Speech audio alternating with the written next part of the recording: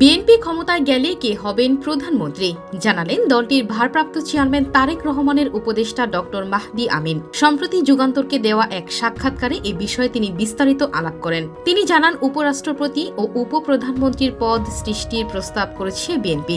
পাশাপাশি দ্বিকক্ষ বিশিষ্ট সংসদ, রাষ্ট্রীয় ক্ষমতার ভারসাম্য, বিরোধী দল থেকে ডেপুটি স্পিকার, প্রধানমন্ত্রীর দায়িত্ব পালনের সময়সীমা নির্ধারণ বা ক্ষমতা হ্রাসের প্রস্তাবও দেওয়া হয়েছে জাতীয় ঐকমত্য কমিশনের কাছে। এছাড়া এই কমিশনের দেওয়া অধিকাংশ সুপারিশের সঙ্গে একমত পোষণ করেছে দলটি। তার মতে সংস্কারের প্রধান প্রস্তাবক ও ধারক বিএনপি। বর্তমানে যে সংস্কারের কথা উঠছে সেগুলোর অধিকাংশই বিএনপির ৩১ দফায় ছিল। গণভোট ও গণপরিষদের বিরোধিতা করে তিনি বলেন, ৫ আগস্টের আগ পর্যন্ত এ ব্যাপারে কেউ কথা বলেননি। জনগণেরও ধারণা ছিল না আর বিএনপি সংস্কার চায় না, এমন অপপ্রচার চালাচ্ছে একটি গোষ্ঠী যা উদ্দেশ্য প্রণোদিত।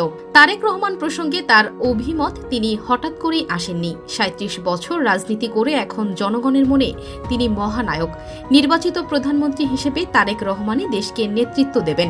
সম্প্রতি রাজধানীর দারুস সালাম এলাকায় তার নিজ বাসায় দেওয়া দীর্ঘ সাক্ষাৎকারে বাংলাদেশের রাজনীতি, বর্তমান পরিস্থিতি, বিএনপি ঘোষিত রাষ্ট্র কাঠামো মেরামতের রূপরেখা, ৩১ দফা, ঐকমত্য কমিশনের কাছে প্রস্তাব সহ সমসাময়িক নানা বিষয়ে যুগান্তরের কাছে খোলামেলা কথা বলেন ক্যামব্রিজ বিশ্ববিদ্যালয়ের গবেষক তরুণ এই রাজনীতিবিদ।